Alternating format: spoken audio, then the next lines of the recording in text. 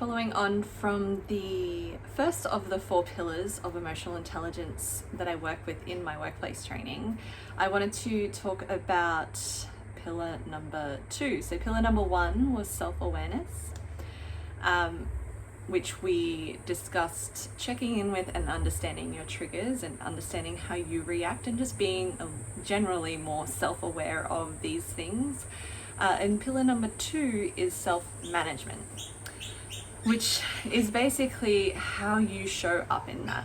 So in the workplace, we are fairly familiar with managing ourselves, at least to a degree, or at least I like to think so, in how we hold ourselves and how we conduct ourselves. But within emotional intelligence and within this training and within my perspective at least, is that it needs to go a little bit deeper. It's not about putting on a face, or a mask even, but it is about how we do show up a little bit more genuinely, which can still be professional and which can still be at a certain level that you want it to be in the workplace, which I definitely support. So when we talk about self-management in the workplace, we are talking about things like self-control, transparency and integrity. So how you show up within your values, but also in alignment with the values of your workplace, which is where it then becomes separately to self-management important for the workplace to identify what its values actually are beyond mission statement, but what are the values that are important and inherent to that workplace in conducting business that are within the organization that then show outwardly. So transparency and integrity within yourself and how you show up, your ideas of what achievement is. So understanding and managing your idea that achievement isn't necessarily just about that next promotion or about what you achieve personally. Those are really important things, absolutely, but in your idea of achievement and how you manage how you manage that, and whether or not that's at the expense of the good of the common goal within the company. But also adaptability and resilience in how you show up, especially in the face of being triggered and stressed.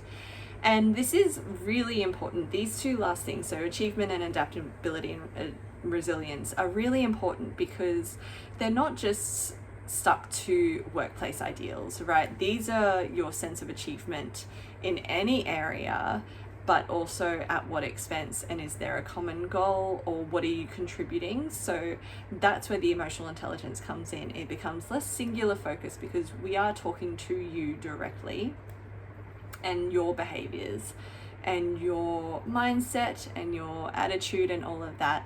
But it's also, there's an element of that intelligence that comes through when we understand that it is more about how does this contribute. So an adaptability and resilience shows up in that when it comes to the challenges in how we are trying to contribute. So self-management is about all of those things, and essentially all narrowing down to outlook and behavior.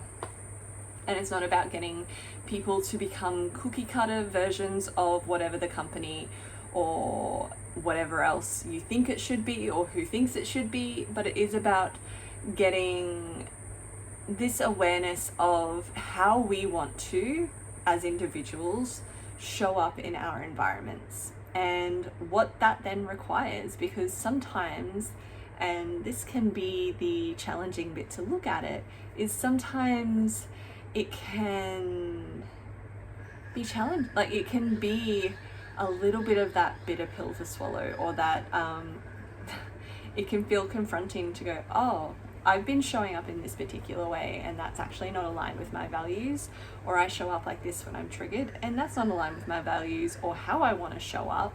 So then we get real about, okay, let's look at what that actually looks like and is it aligned with what we want it to look like?